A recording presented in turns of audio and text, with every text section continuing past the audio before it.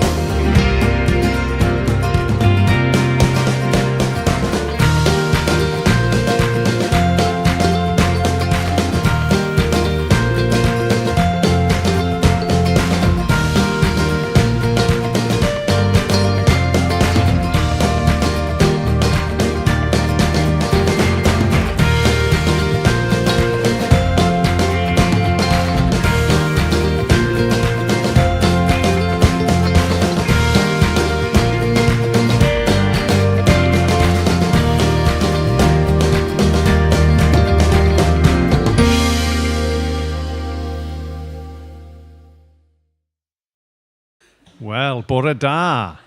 Bore da. Bore da I bawb yma, bore da I bawb sy'n gwylio adre. Croeso cynnes I chi gyd. Ar ddiwrnod hyfryd, lot o'n wedi mwynhau yn yr wyl fwyd ddoe, oedd hwnna'n arbennig iawn, iawn, iawn. Ac yn mwynhau dod yma, a dyn ni'n dod yma I gyd addoli. A heddiw, fyddwn ni'n gwrando ar Hannnah yn pregethu yn hwyrach, a fyddwn ni'n parhau efo'n cyfres ni yn edrych ar fywyd Pedr. A heddiw, fyddwn ni'n edrych ar rhywbeth pwysig iawn nath Pedr ddelio efo yn ystod I fywyd, sef bod yn glir ynglŷn pwy ydy Iesu. Os dyn ni wedi dod yma I gyfarfod efo Iesu bore yma. Ydy'n arglwydd ni? Ond, na I ddim preemptio be mae Hannnah mynd I ddeud, ond dewch I ni jyst tawelu am funud bach, ac y gair bychan o weddi yn dawel falle yn pen hunain a wedyn na I ddeud rhywbeth, jyst I ni gael troi'n cefn chydig bach ar y byd o'n cwmpas ni, a troi at yr arglwydd, a canolbwyntio'n sylw arno fe.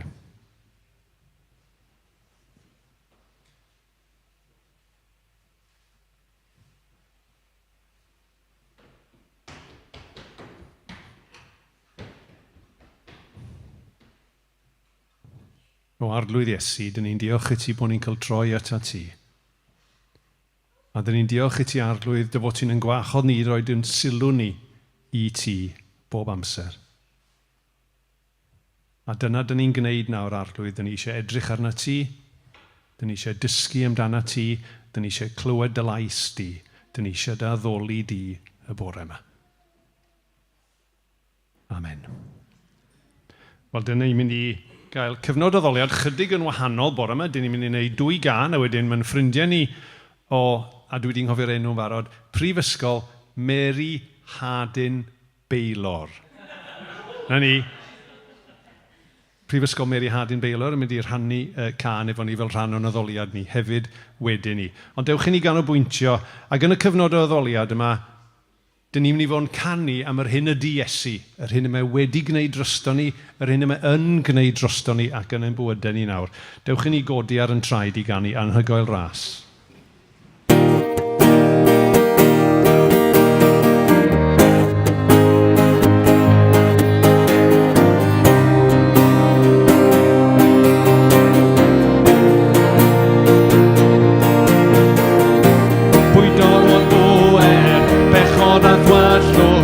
Chariad pwy sy'n nethol a chryfach, brenin gogoniant, brenin oedd Pwy sgydwar ddeiar, a tharad sanctaidd, pwy sy'n ein gadael, heb wynt mewn syndod, brenin gogoniant, brenin oedd Anhygoel ras yw hwn, cariad I beth yw hwn, ni gymaes di fy lle, ni gariais di fy groes, a roed y fywyd lawr, ni mi gael bod yn rhydd, o Iesu canam am bopeth nes di mi.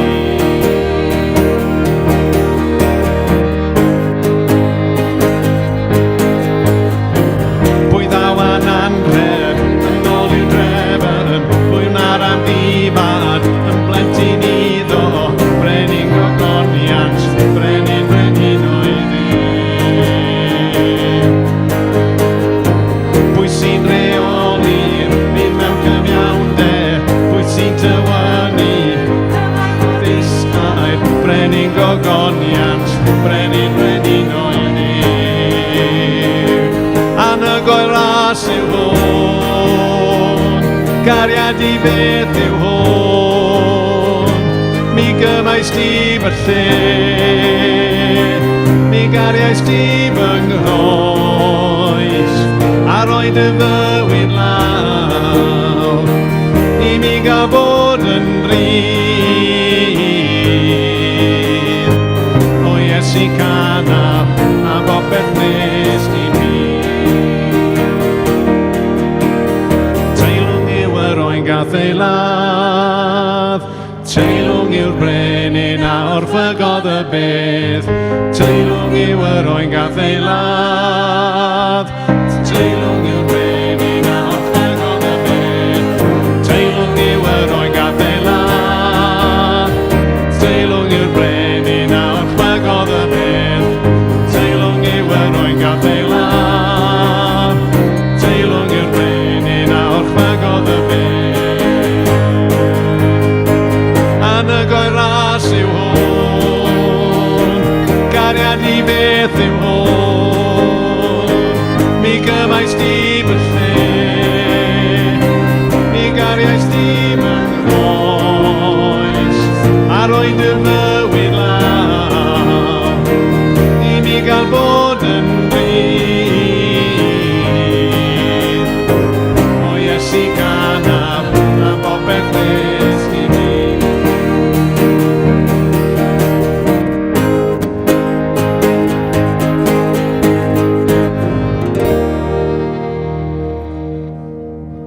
Dewch i ni barhau i fyfyrio ar yr arglwydd. Dewch i ni ganu y mai un waredwr gyda'n gilydd.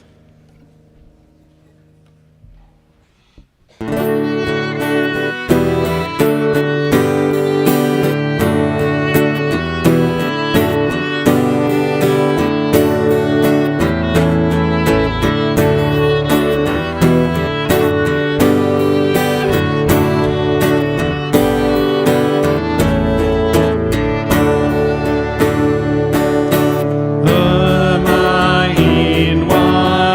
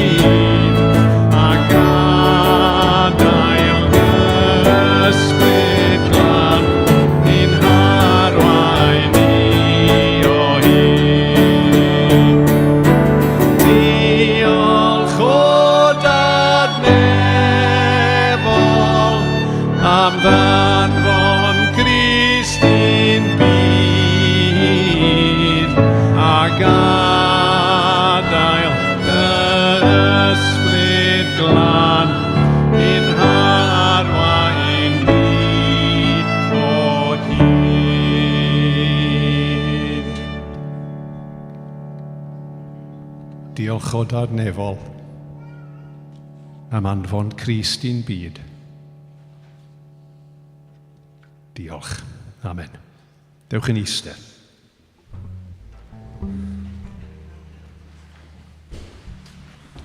Wel, os gai nawr wahodd Matthew a'r côr ymlaen, i rai o'ch chi sydd ddim wedi cael cyfle i'w cyfarfod nhw eto, mae'n bod, fel dwi'n gweud, o brifysgol, fi drio dweud nhw'n iawn eto, Mary Hadyn Baylor, sef y brifysgol Aeth Amelia. So mae hwnna'n gysylltiad hyfryd. A mi fi o rai o'n ni yn ddigon ffodus i wrando arnyn nhw yn canu yn Llanllyfni nos Iau. Fi o'n nhw'n Nghaergybi. Debs, ti yma? Fi o'n nhw'n Nghaergybi efo Debs nos Wener. A wedyn, oedden nhw'n rwyl ddoi. Pwy nath glywed nhw'n rwyl fwyd? Da iawn. A dwi wedi gwybod nhw'n just neud...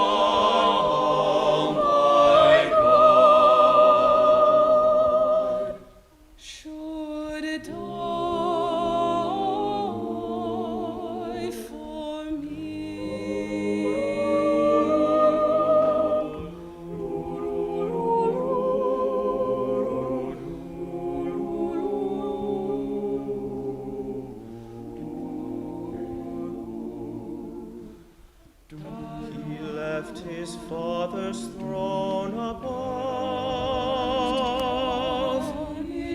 so free, so infinite His grace, emptied Himself of all but love, and bled for Adam's helpless race. His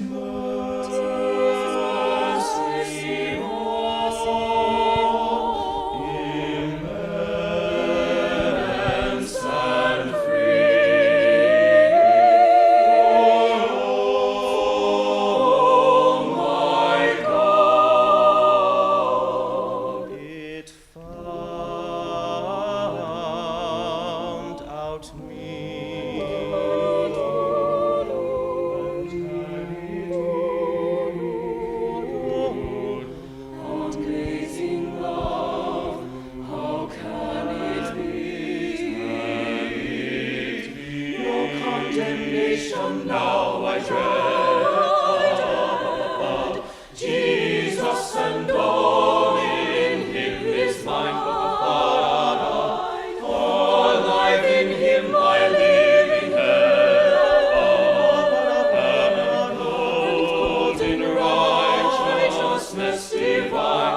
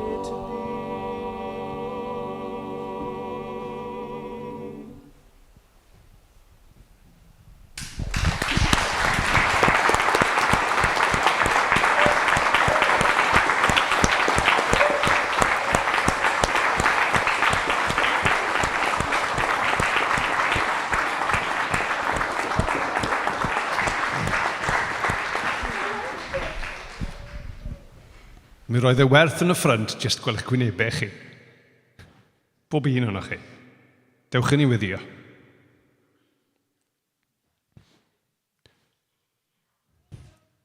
Arglwydd, dyn ni'n diolch i ti am hyfrydwch addoli.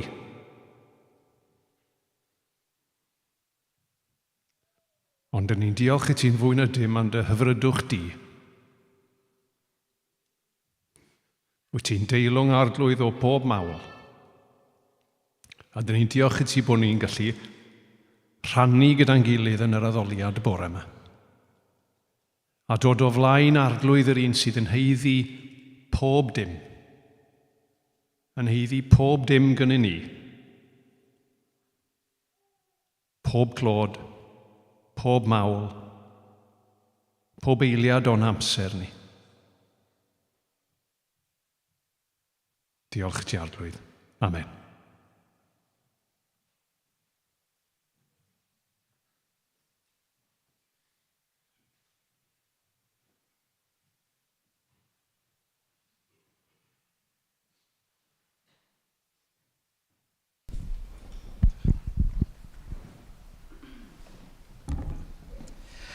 Wel, bore da bawb.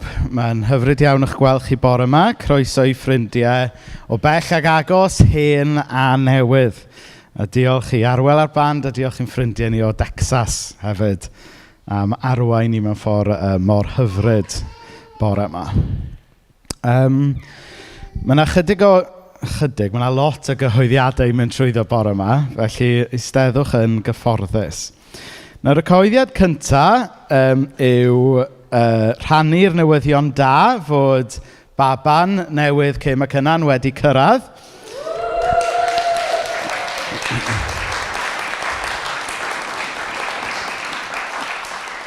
Yn saff a diogel, Brychan Ednyfed Glyn. So, wnawn ni roi croeso cynnes i Brychan. Ac yn unol â beth da ni'n arfer wneud, da ni fel arfer yn bendithio teuluoedd sy'n newydd cael baban efo dywed am y bythefnos cyntaf, a mae hynna yn dechrau fori. Mae'r rota wedi cael ei lenwi reit dda yn barod, ond mae yna chydig o rai gwag, a un o'r rhai sy'n wag ydi fori, so fach o short notice. Mae Ruth yn hapus i wneud fori. Na ni, diolch Ruth. Wedyn mae dydd Iau dal angen i lenwi, a wedyn dydd Llun a dydd Mawrth wythnos nesaf. So,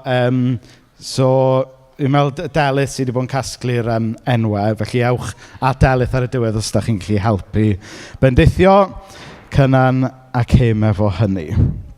Yn mynd ymlaen wedyn, mae Cari Cersalem heno am 6 yma. Ac hefyd, yn anffodus, fydda i ddim yma heno oherwydd bod ni yn ymuno gyda Trey a'r côr yn neud noson yn Pen y Groes. So, os ydych chi yn byw yn ardal Pen y Groes a ddim fel arfer yn dod mewn i'r dre yn o Sul, mae'n croeso i chi ddod i Calfaria am 5 pennol i fyddwn ni'n rhannu rhai o'n hoff emynau mawl efo'n gilydd. So hwnna am 5 pennol yn Calfaria. Symud ymlaen, nos fori, mae y tîm Sozo yn cyfarfod am 8 o'r gloch yn tŷ Robin a Ffi. Nawr, mae yna groes y cynnes i chi fynd nos fori, hyd yn oed nad ydych chi'n swyddogol ar y tîm, ond â diddordeb gwybod mwy am weinidogaeth Sozo. Weinidogaeth weddi yw sydd yn helpu pobl i edrych ar bethau sy'n mynd ymlaen yn eu bywyd, a plannu hunain a darganfod yr hunaniaeth ddwfn yna sydd i gael drwy adnabod Duw fel tad a Iesu fel arglwydd. So mae Sozo yn weinidogaeth werthfawr sy'n digwydd yn y cefndir yn aml yma heb bod ni'n gwybod. Ond nos fori, 8 o'r gloch yn tŷ Robin a Ffi, mae'n groes y cynnes i unrhyw un fynd draw os y'n nhw eisiau dysgu mwy am y weinidogaeth yma. Wedyn, symud ymlaen, dydd Mercher wedyn, mae'r gofod gweddi yma eto, bob nos Fercher tan Pentecost. So, mae yna croeso cynnes i bawb fynd i hwnna. Dwi'n gwybod bod yna lot o bethau eraill mlaen nos Fercher ges i y cyfle i ddod pethefnos yn ôl a cael amser hyfryd iawn. Nes i just eistedd ym mhresenoldeb Duw a cael y fendith o wrando ar weddiau eraill a cael amser bendithiol iawn. So mae hwnna'n hanner awr wedi 7, pob nos Fercher rhwng 9 a Pentecost. Wedyn dydd Iau, am 2 o'r gloch mae'r paned y sgwrs yn digwydd eto. So mae hwnna 2 o'r gloch dydd Iau yma. A nawr, dwi'n mynd i handio'r microffon droso'i Robin, sy'n jyst mynd i rhannu chydig bach am rhai datblygiadau gyda'r tîm addoli ac yn y blaen dros y misoedd nesaf. Iawn, so dyddiadau i ddechrau. Mae'n ddrwg gen i dwi ddim wedi bod mewn lle felly tynnu chi gyd efo eich gilydd, ond dwi back on it, so dyma ni.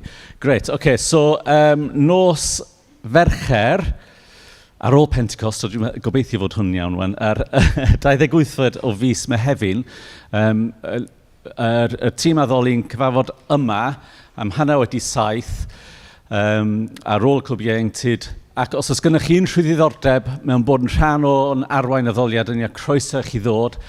Hefyd, bobl sydd â diddordeb fod yn edrych ar ôl y tech yn y cefn fanna, really, please, da ni angen chi. A wedyn mae yna 2 ddyddiad arall, un yn mis Medi, so dydd Mercher y 27fed, a wedyn un yn mis Tachwedd, nos Fercher y 29fed. Mi fydd yna e-bost yn dod allan, a mi fydd yna chydig bach o newidiadau yn y ffordd da ni'n neud y rota pethau'n dod allan, ond fydd Martin yn danfon e-bost allan ynglyn â hwnna. Diolch. Diolch fawr iawn, Robin. A wedyn un rhag gyhoeddiad arall, dydd Sadwrn olaf y mis, mae'r gweithdy yn edrych ar breuddwydio yma. Pwnc, da ni falle ddim yn edrych arno'n aml, ond mae yna griw mynd i ddod yma i arwain gweithdy ar breuddwydio. Mae'n weithdy agored, so bydd ffrindiau eglwysi eraill yn dod, ond mae yna groes arbennig wrth gwrs i ffrindiau o Gersalem ddod i'r gweithdy yma. So mae hwnna dydd Sadwrn olaf y mis. Yr unig beth ydy, mae o'n ddigwyddiad lle mae'n bwysig cofrestru ymlaen llaw.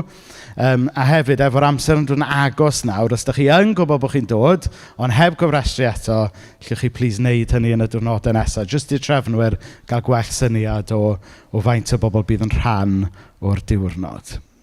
So, dwi jyst mynd i weddio nawr. Hold on, plant.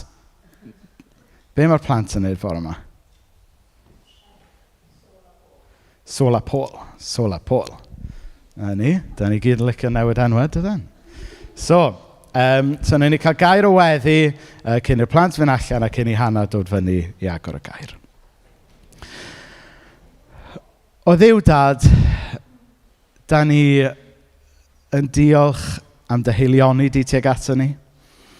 Da ni'n diolch fod newyddion da Iesu Grist yn newyddion da i ddynoliaeth sydd wedi blino. Da ni'n diolch bod newyddion da Iesu Grist yn newyddion da i greadigaeth sydd yn gryddfan am ddyfodol gwell. Da ni'n diolch i ti fod newyddion da Iesu Grist yn newyddion da i bobl sydd yn sychedu am gyfiawnder. A da ni'n diolch fod newyddion da Iesu Grist yn gysur i rhai sydd angen i cysuro. A bore yma Dduw Dad, da ni yn gofyn i ti helpu ni gyd gael yn gwefreiddio o'r newydd gan enw Iesu Grist a'r awdurdod sy'n dod yn dy enw di. Bendithia y plant nawr a bendithia ni gyd yn enw Iesu. Amen.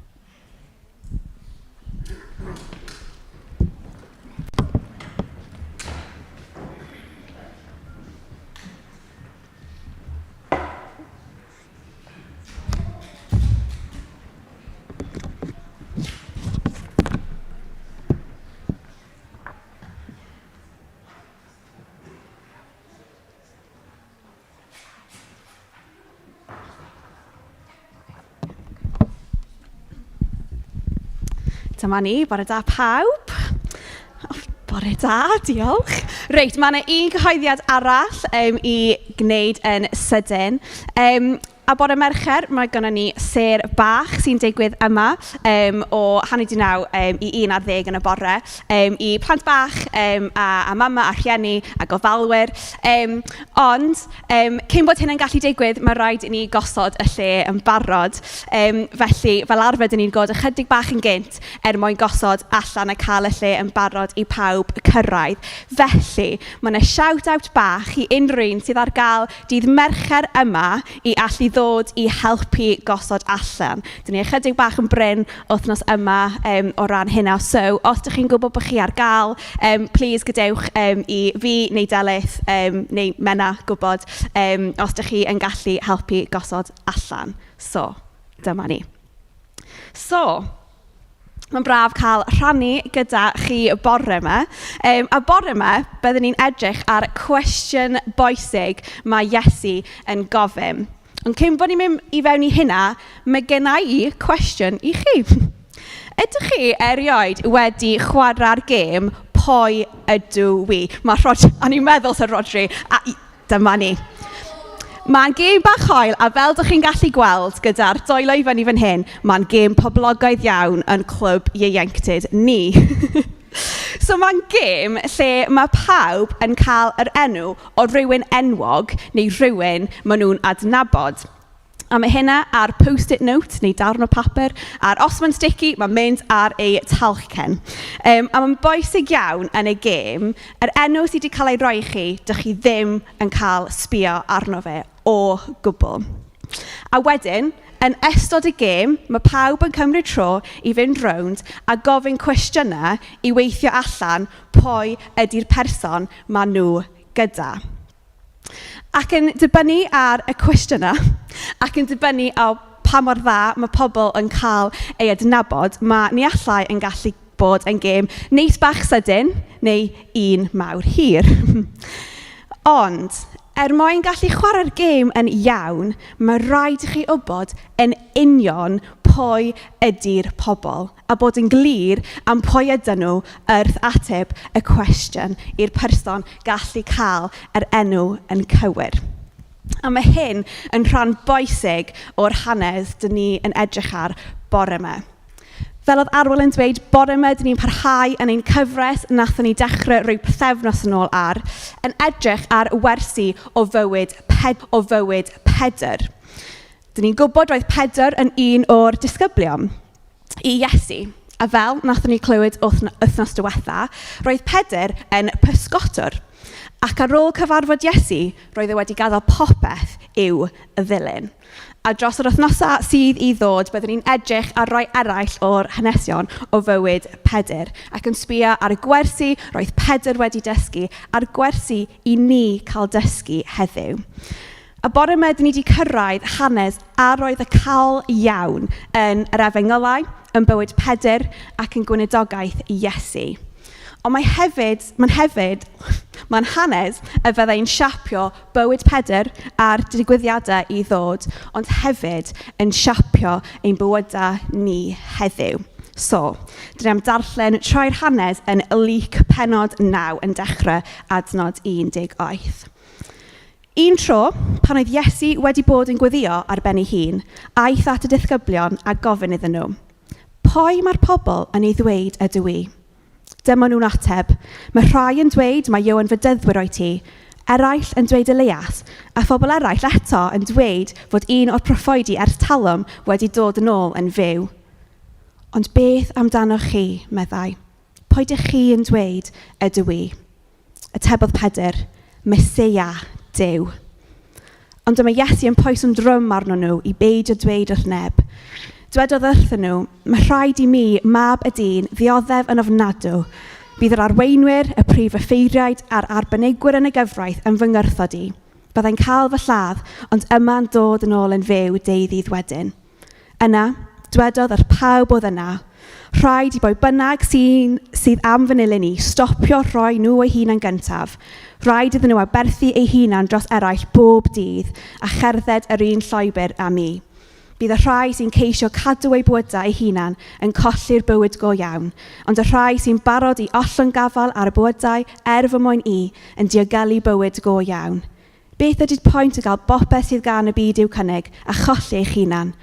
Pawb sydd â chwylydd ohono a beth dwi'n dweud bydd gen i fab y dyn gywilydd ohono nhw pan fyddai'n dod yn ôl yn fy holl ysblander, sef ysblander y tad a'i angylion sanctaidd.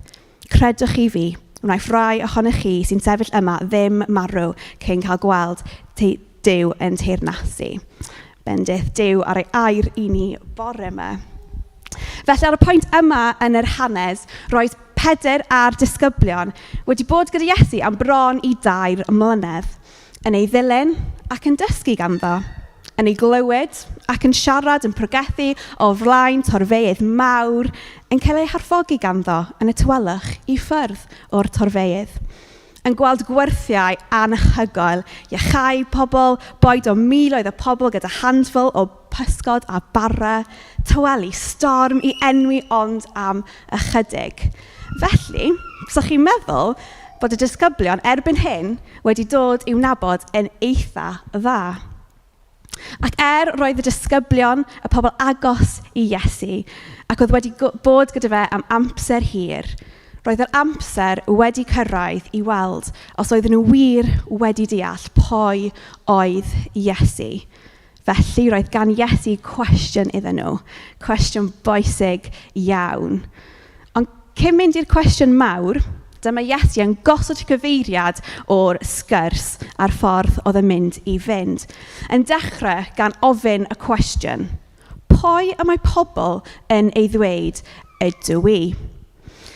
Roedd gweinidogaeth Iesu yn un cyhoeddus, a fel canlyniad o hynna, roedd pawb gyda'i barn. Roedd pawb gyda rhywbeth i ddweud am yr Iesu yna, yn dweud o'r pethau oedd yn dweud ac yn gwneud, ella pethau oedd yn eitha rhyfedd iddyn nhw, ac yn cyhoeddi bod teyrnas Duw wedi dod. Roedd ganddyn nhw rhyw perception o bwy oedd Iesu. Nawr wrth gwrs, mae'n siŵr oedd Iesu yn gwybod yn union beth oedd pobl yn ei meddwl ac yn ei dweud, ond roedd yn bwysig i'r disgyblion ateb y cwestiwn yma. A dyma nhw'n dweud, mae rhai yn dweud mae Ioan Fydyddwr o'r tŷ, eraill yn dweud Elias, a phobl eraill eto yn dweud fod un o'r proffwydi ers talwm wedi dod yn ôl yn fyw. Achos oedd y pobl yn credu taw Iesu oedd jyst yn proffwyd, person oedd yn dod â neges Duw, yn galw ar pobl i newid eu ffyrdd, i droi i ffyrdd o bechod, yn pwyntio ymlaen i deyrnas Duw. Cos after all, dyna beth oedd Ioan Fydyddwr yn wneud, Elias a'r proffwydi eraill yn gwneud. Rhaid taw dyma oedd Iesu, un ohono nhw. Dyma oedd y consensus oedd ymhlith y pobl. Ond nid barn y pobl oedd Iesu rili eisiau gwybod. Roedd hyn yn arwain fyny at cwestiwn arall, y cwestiwn bwriadedig. Oherwydd, ar ôl bod gyda Iesu mor hir, roedd yna dealltwriaeth oedd yn lot fwy bwysig, yr un o'r disgyblion.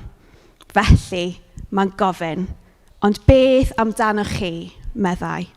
Pwy ydych chi yn dweud ydw i? Pwy oedd y disgyblion yn dweud oedd Iesu? Dyma oedd Iesu eisiau gwybod. Nid beth oedd pobl eraill yn dweud, ond y disgyblion, y pobl agosach iddo, y pobl oedd wedi bod yn rhan o'i weinidogaeth ers y dechrau. Ac roedd rhaid i'r disgyblion ateb y cwestiwn yma dros nhw eu hunan. Oedd nhw wir yn cydnabod pwy oedd Iesu. Ac in very Peter style, dyma fe yn siarad gynta, yn siarad i fyny dros y disgyblion, dros y fe ei hun, ac yn ateb trwy ddweud, Iesu, ti ydy Meseia Duw. Ateb sy'n cario poes, ateb bach, ond ateb sy'n cario poes. Achos yn y datganiad yma, roedd Pedr yn datgan bod Iesu yn fwy na proffwyd. Moyn y jyst dyn, moyn y jyst rhywun gyrth diwylliannol, athro moesol, ond y Meseia, mab Duw. Yr un oedd ddim jyst yn pwyntio ymlaen I teyrnas Duw, ond troedd y fe oedd teyrnas Duw wedi dod. Yr un oedd pobl wedi bod yn disgwyl amdano. Yr un oedd wedi dod I achub I bobl, I rhoi gobaith a dyfodol iddyn nhw. Mae'r gair Meseia yna ei hun yn golygu yr un wedi eneinio. A dyn ni'n gweld yn yr Hen Testament roedd brenhinoedd, proffwydi, offeiriaid yn cael ei eneinio I ddangos bod nhw wedi cael ei ddewis gan Dduw ar gyfer pwrpas penodol. Ac yn Iesu, mae'r un roedd proffwydi wedi bod yn sôn am yn dod I cyflawni pwrpas Duw unwaith ac am byth wedi dod i'r byd. I achub o'i pobl, o'i gelynion, I ddymchwelyd pwerau y byd. Yr un wedi dewis gan Dduw, wedi anfon gan Dduw. Ac roedd y datganiad yma yn un byddai'n herio strwyth ar rai cymdeithas, achos oedd yn codi enw Iesu yn uwch na'r awdurdodau'r byd. Roedd yn risgi, yn wedi gyda'i disgyblion, achos oedd yn marcio nhw allan o'r crowd, allan o'r consensus. Ond ar ôl treulio amser gyda Iesu, yn gweld y pethau oedd Iesu'n gwneud, y pethau oedd Iesu yn siarad am, oedd Pedr yn gallu gweld pwy oedd Iesu. Fe oedd Meseia Duw. Mab Duw wedi dod i'r byd fel cig a gwaed. A throi'r ateb yma, dyma Pedr yn cyffesu ei ffydd yn Iesu Grist fel Meseia. Ond mae'n debyg yn y datganiad yma gan Pedr, roedd ganddo rhyw preconception o beth byddai Meseia yn cyflawni a sut. Achos oedd lot o pobl yn meddwl byddai'r Meseia yn un o rhyw ffigur milwrol, rhywun I ddod mewn grym, I guro'r gelynion, I ymladd drosto nhw. Ond nid dyna oedd ffordd Iesu. Nid dyna oedd cynllun Duw. Achos dyn ni'n gweld ar ôl I Pedr ddatgan Iesu fel Meseia, bod Iesu yn esbonio ei ffordd ef o deyrnasu. Yn adnod 22, mae'n dweud, dywedodd wrthyn nhw, mae'n rhaid I mi, mab y dyn, ddioddef yn ofnadw, bydd yr arweinwyr, y prif offeiriaid a'r arbenigwyr yn y gyfraith yn fy ngyrthod I. Byddai'n cael fy lladd, ond yna'n dod yn ôl yn fyw, ddydd wedyn. Achos yn lle dod I deyrnasu mewn grym yn y ffordd o'ch chi'n meddwl, oedd Iesu y Meseia, mab Duw, yn mynd I ddioddef a cael ei lladd. Roedd ei deyrnas ef yn un annisgwyl iawn. Doedd y Meseia methu farw. Nid dyna sut roedd rhywun yn dangos grym a pŵer. Nid dyna sut oeddech chi'n curo drwg. Ond just fel roedd bywyd a gweinidogaeth Iesu yn ddim beth oedd pobl yn ei ddisgwyl, roedd cynllun Duw I camu lawr I achub ei bobl hefyd yn annisgwyl. Roedd rhaid I Iesu ddioddef. Roedd rhaid iddo farw oherwydd troi ei farwolaeth a dioddefaint. Roedd e'n gallu bod yn ffynhonnell o iechad, dod ei gariad a iachawdwriaeth. Trwy at y gyfodiad wedyn roedd Iesu wedi curo marwolaeth a pechod once and for all. Byddai Pedr yn gweld hyn gyda'i lygaid ei hun a phrofi hyn. A byddai'n dechrau fe ar ei daith o fod yn rhan o adeiladu teyrnas Duw. Ond, I fod yn rhan o'i deyrnas a datgan Iesu fel Meseia, roedd Pedr angen cydnabod a chyfaddef a'i bod ei angen Meseia yn y lle gyntaf. Oedd e angen cael ei achub. Achos dyn ni methu wir datgan rhywun fel achubwr heb cydnabod bod yna angen yn y lle gyntaf. Fatha mynd i'r doctor. Dych chi ddim yn gallu mynd at y doctor nes bod chi'n sylweddoli eich bod chi'n sal a bod chi angen help. Neu bydd ddim angen doctoriaid. Neu derbyn help gan rywun, fel athrawon yn yr ysgol. Dych chi'n methu derbyn yr help gan yr athrawon nes bod chi'n sylwi bod chi angen yr help. Wedyn, dych chi'n gallu ei dderbyn. Mae'n gallu bod mor hawdd i slipio mewn i'r mindset o, dwi'n iawn, dwi'n neud yn oce ben fy hun, gallai neud ar ben fy hun.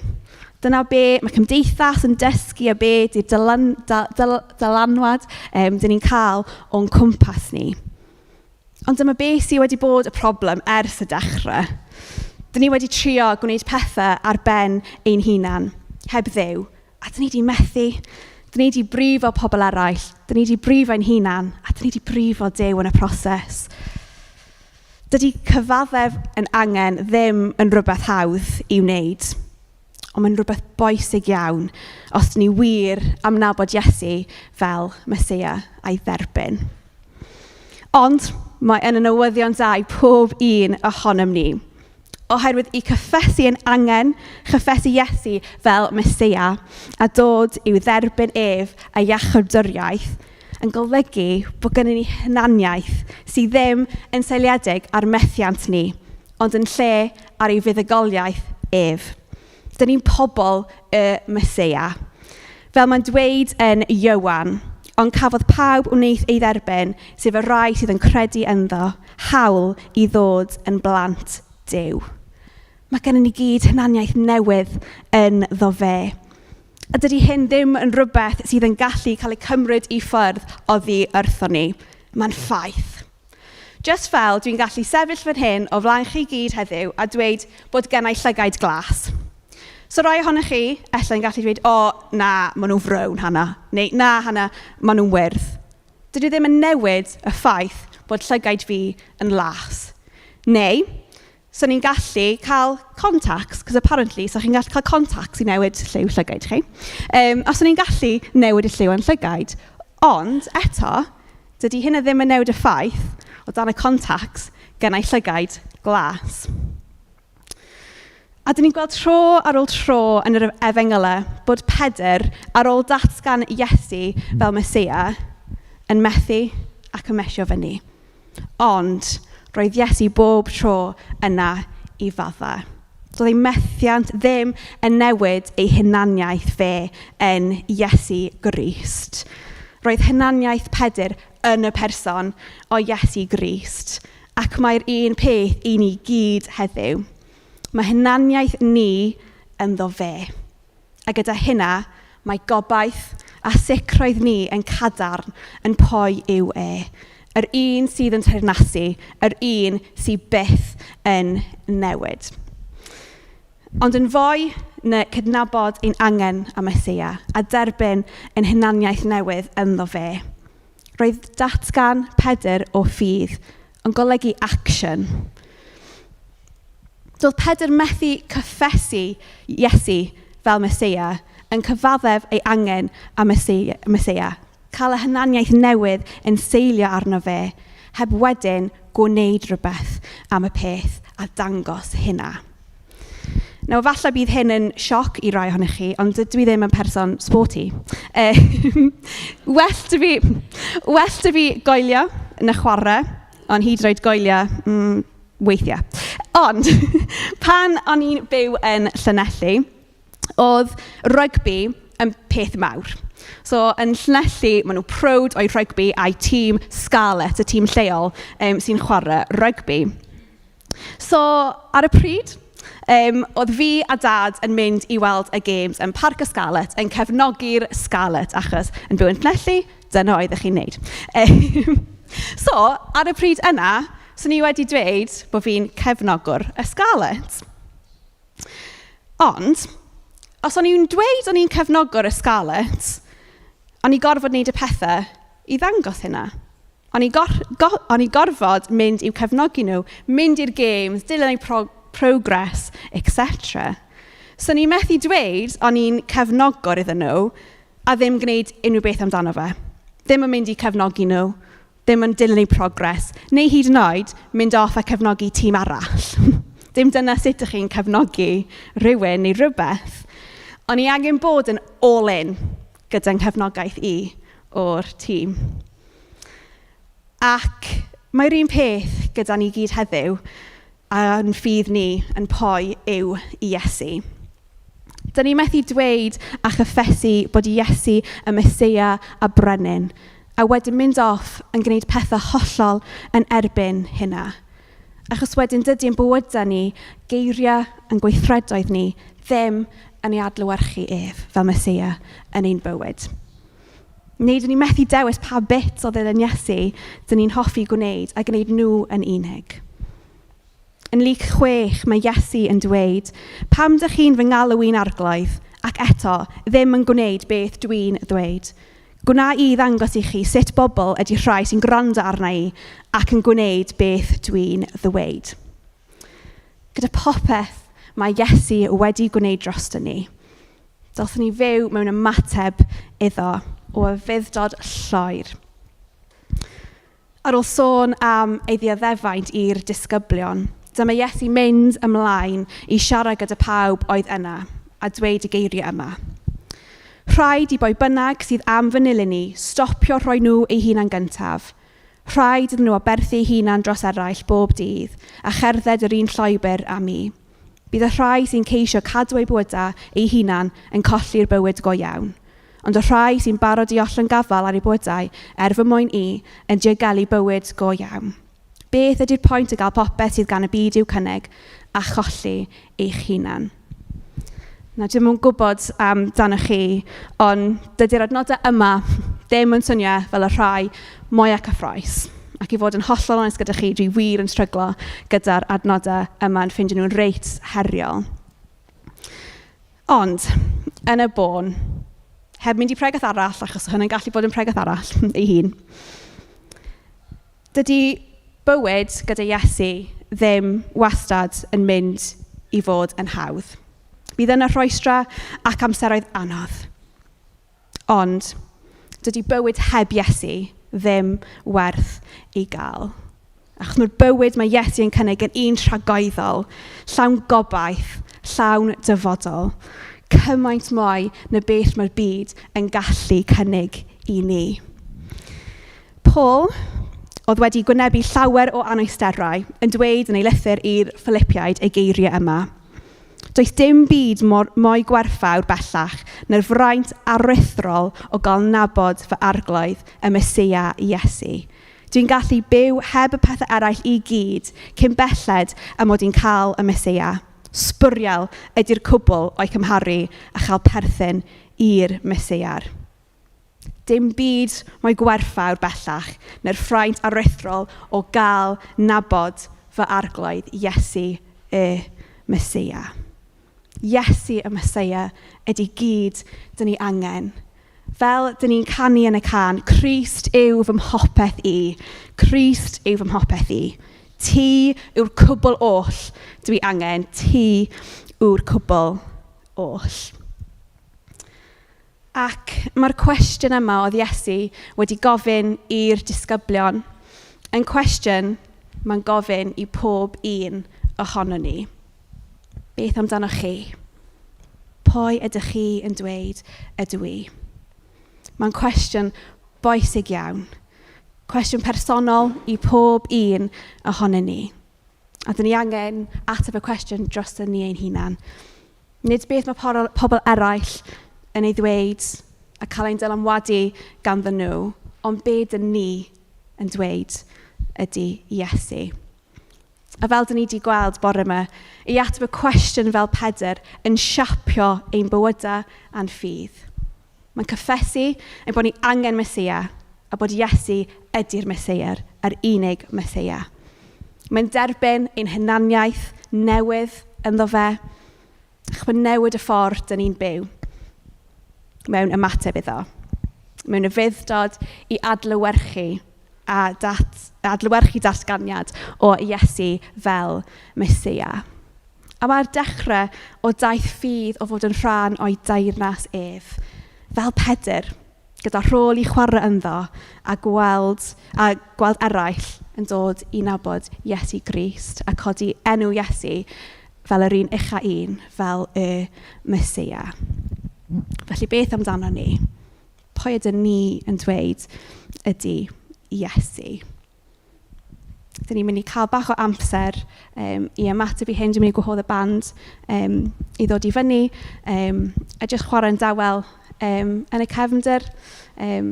Erth I ni jyst adlewyrchu am yfyrio o'r hyn mae Duw wedi bod yn siarad gyda ni am bore yma ac yn meddwl am y cwestiwn yna, be amdano chi?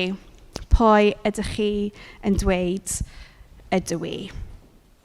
Felly dewch I ni treulio chydig bach o amser yn dawel i'n hunan.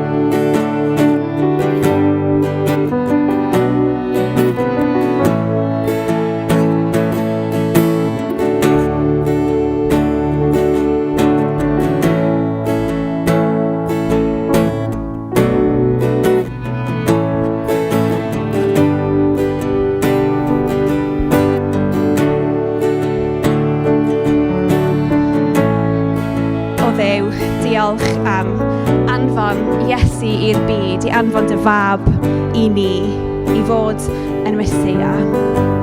Yr un daeth I ddioddef, un mwyn ni, I allu cael bywyd a hunaniaeth newydd ynddo fe. Diolch I fod wedi curo marwolaeth, ac oherwydd hynna, dyn ni'n gallu byw yn goleuni yr atgyfodiad, gyda Iesu yn teyrnasu fel brenin a Mesia. Dyn ni mor ddiolchgar. Arglwydd, dyn ni'n sori am yr amseroedd lle dyn ni ddim wedi bod yn byw yn y hunaniaeth newydd yno ti, gyda dy enw di yn uwch na unrhyw enw arall. Helpa ni I ddod I dynabod yn well fel Mesia. Ac I helpu ni fyw ein bywydau I adlewyrchu a anrhydeddu pwy ydy Iesu. I allu dangos fe I rhai o'n gwmpas ac I allu chwarae ein rôl ni yn dy deyrnas di. Arglwydd dwi'n gofyn I ti tanio ac yn ein cyffro unwaith eto gyda'r datganiad o pwy o'i ti. A dyn ni'n codi dy enw di'n uwch na unrhyw enw arall. Ac yn dy addoli di yn dy holl ysblander a dy holl sancteiddroedd. Dyn ni'n gweddio hyn I gyd. Dy enw sanctaidd di. Dy enw hyfryd di. Dy enw pwerus di. Amen.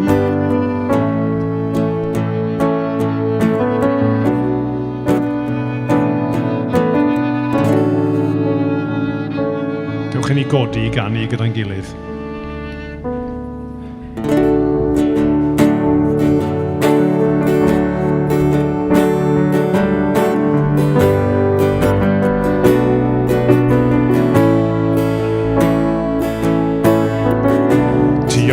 Gair yn y dechreuad, un a diwan o'r sydd fryd. Goniad cydd mewn creadigaeth, yn eglur nawr I ni yng Nghrist. O mor hyfryd yw'r enw hwn, o mor hyfryd yw'r enw hwn. Enw Iesu Grist fy Ion. O mor hyfryd yw'r enw hwn, does dim o'i debyg ef. O mor hyfryd yw'r enw hwn, enw Iesu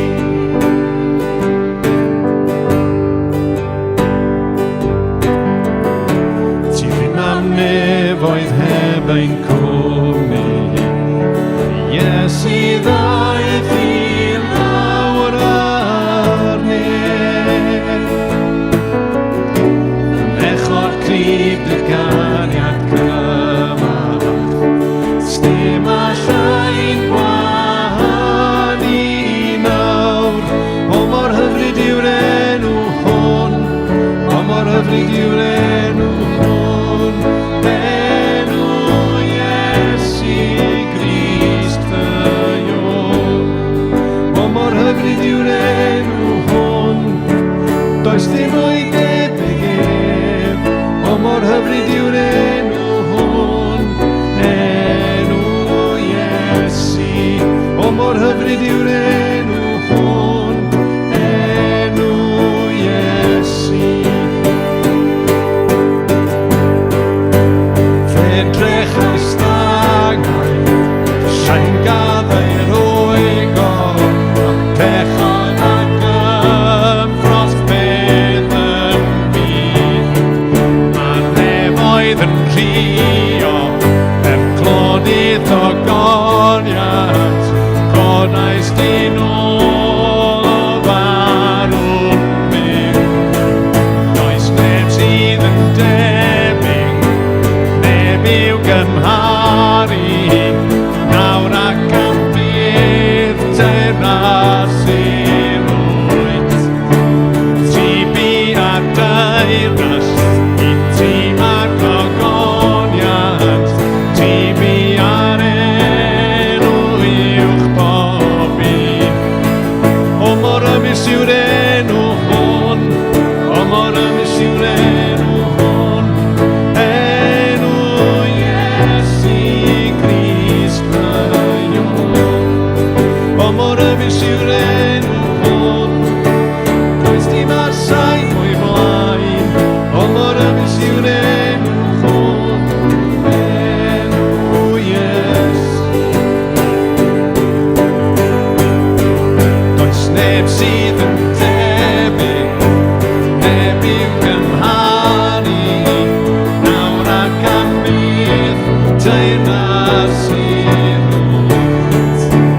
Tibi a deyrnas, i tîm ac ogoniad, tibi ar enw uwch bob un. O mor ymys yw'r enw hwn, o mor ymys yw'r enw hwn, enw Iesu Grist ffynion. O mor ymys yw'r enw hwn, does dim ar saith o'i blaen. O mor ymys yw'r enw hwn, enw Iesu. O mor ymys yw'r enw hwn, enw Iesu.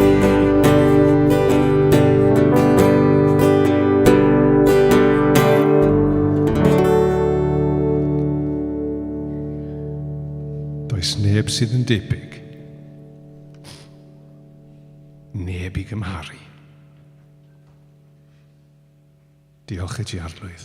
Dewch i ni gyhoeddi'r fendith gyda'n gilydd. Gras ein harglwydd Iesu Grist, a chariad Duw, a chymdeithas yr ysbryd law, a fyddo gyda ni oll, o'r awr hon, hyd byth. Amen.